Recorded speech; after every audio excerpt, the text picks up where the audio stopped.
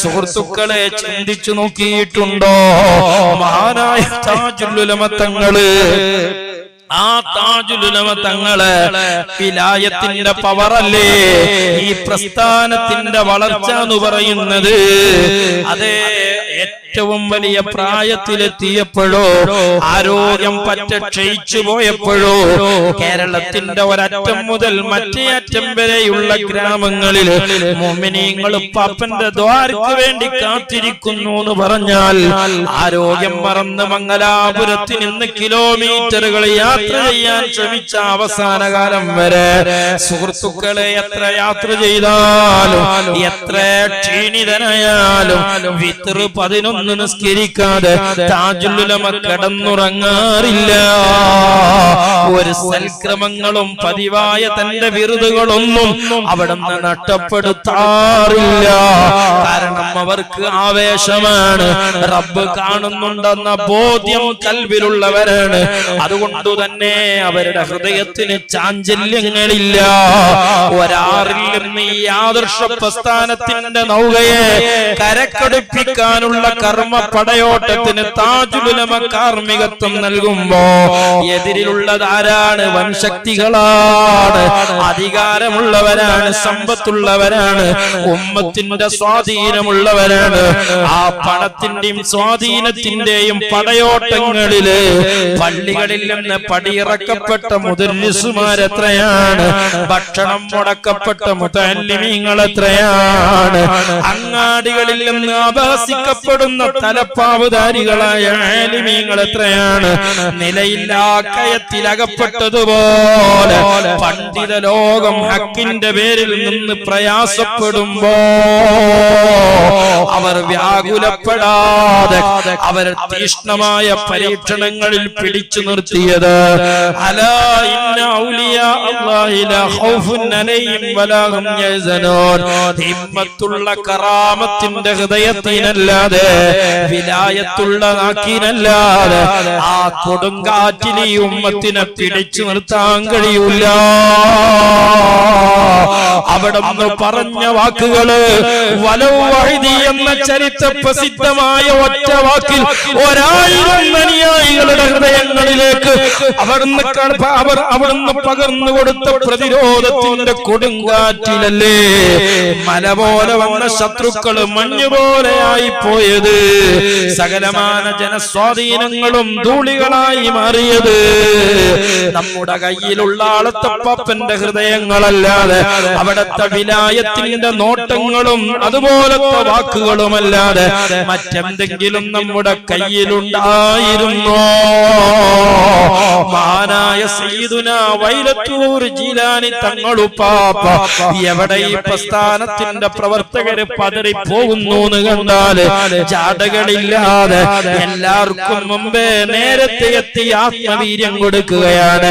തിരൂരൊരു പരിസരത്ത് അതാ സുന്നത്ത് ജമാഅത്തിന്റെ പിളർപ്പിൽ പ്രതിസന്ധി വരുമ്പോ മഹാനായ വൈലത്തൂർ പാപ്പയോട് വിളിച്ചു പറയാണ്, അതേ മദ്രസ ഓഹരി വെക്കപ്പെട്ടിട്ടുണ്ട്, പക്ഷേ സുന്നികൾക്ക് പരിപാടി നടത്താൻ പോലും മദ്രസയുടെ മിറ്റം അധികാരമില്ല.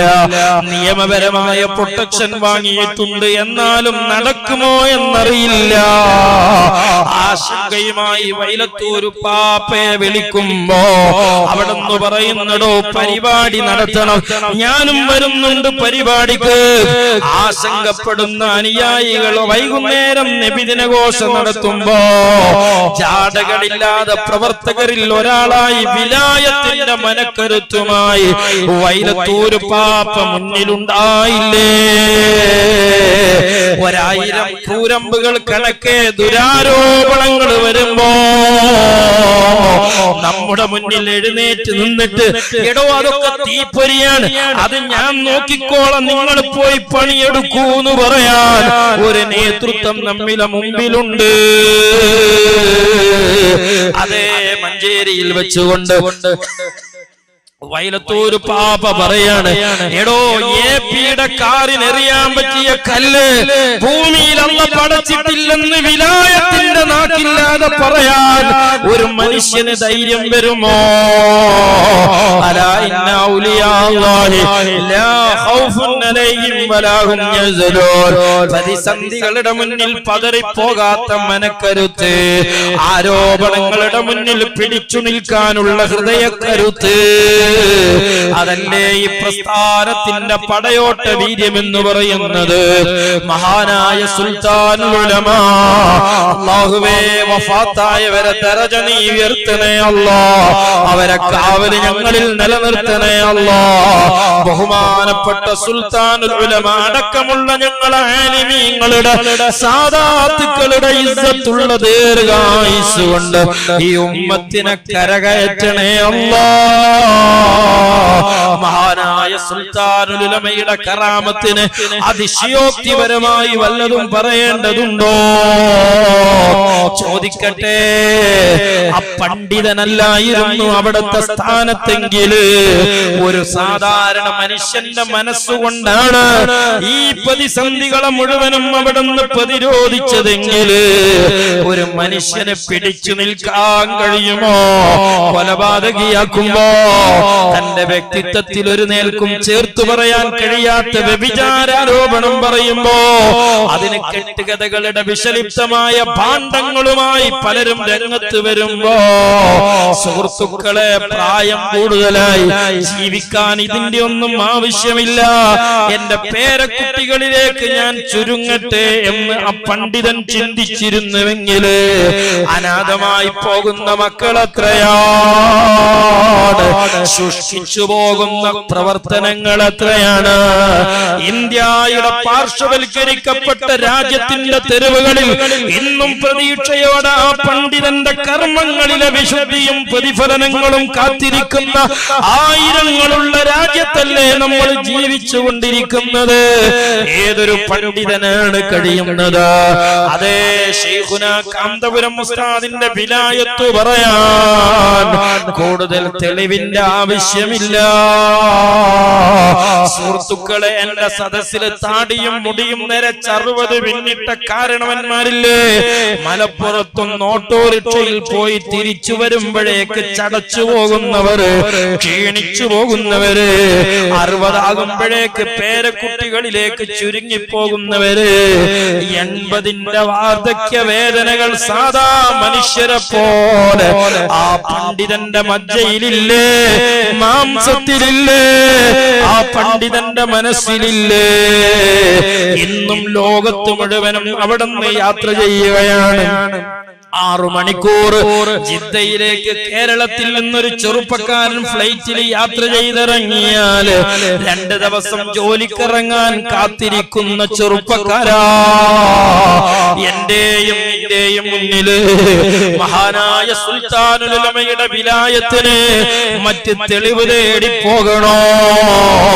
ഈ വാർദ്ധക്യത്തിലും ഇത്രത്തോളം ദീനിന്റെ ദഅവത്തിന് വേണ്ടി അവിടത്തേക്ക് പടയോട്ടം നടത്താൻ കഴിഞ്ഞിട്ടുണ്ടെങ്കിൽ അത് ദീനിന്റെ ഇഹ്യാ തന്നെ, അത് സുന്നത്ത് ജമാഅത്തിന്റെ കർമ്മ പടയോട്ടങ്ങളുടെ കാർമ്മികത്വമാണെങ്കിൽ അത് വിലായത്തിന്റെ മഹത്വത്തിലല്ലാതെ സാധ്യമാകുന്ന കാര്യങ്ങളല്ല. ചോദിക്കട്ടെ, കേരളത്തിന്റെ, ഇന്ത്യയുടെ പൗരാണികവും വർത്തമാനകാലപരവുമായ ചരിത്രം വായിക്കുന്ന ഒരു വിദ്യാർത്ഥിക്ക് ആ പണ്ഡിതനെ പോലെ ഖൈറിന് കാരണക്കാരനായ മറ്റൊരാള് ചരിത്രത്തിൽ നിന്ന് കണ്ടെത്താനാകുമോ? അവിടുന്ന് വഅ്ള് പറഞ്ഞതുപോലെ, അവിടത്തെ ചുണ്ടിൽ നിന്ന് ഈ ഉമ്മത്ത് ദീന് കേട്ടതുപോലെ, മഹബ്ബത്തുർ റസൂൽ കേട്ടതുപോലെ, സതുപദേശങ്ങൾ കേട്ടതുപോലെ, ദൈക്ഷണികമായ സാരോപദേശങ്ങൾ കേട്ടതുപോലെ കേരള ചരിത്രത്തിൽ ഈ ഉമ്മത്ത് മതം പഠിച്ച മറ്റൊരു പണ്ഡിതനുണ്ടോ? ആ പണ്ഡിതന്റെ പാഠശാലയിൽ നിന്ന് സ്വഹീഹ് ബുഖാരി ചൊല്ലിപ്പടിച്ച ആയിരക്കണക്കായ ഉലമാക്കൾക്ക് പകരം വെക്കാൻ പറ്റിയ ഒരു പണ്ഡിത സഭ, ഒരു പണ്ഡിത സദസ്, ഒരു പാഠശാല വിശാല കേരളത്തിന്റെ ചരിത്രത്തിലുണ്ടോ ആ പണ്ഡിതനെ പോലെ അല്ലാഹുവിന്റെ ഭവനങ്ങൾ പടുത്തുയർത്താൻ കാരണക്കാരനായ, സാധുക്കളുടെ കണ്ണുനീരൊപ്പാൻ കാരണക്കാരായ, സുന്നത്ത് ജമാഅത്തിനെ ഇസ്സത്ത് ഉയർത്തിപ്പിടിക്കാൻ കാരണക്കാരായ മറ്റൊരു പണ്ഡിതനുണ്ടോ? ഓരോ കാലത്തെ പണ്ഡിതരും അവരുടെ പരിമിതിക്കുള്ളിൽ നിന്ന് പരമാവധി ചെയ്തവരാണ്. അവരെ ഒന്നും നമ്മൾ ചെറുതായി കാണുന്നില്ല. പക്ഷേ മഹാനായ സുൽത്താനുൽ ഉലമക്ക് പകരം വെക്കാൻ ചരിത്രത്തിൽ മറ്റൊരാള് നമ്മുടെ നാട്ടിലില്ല.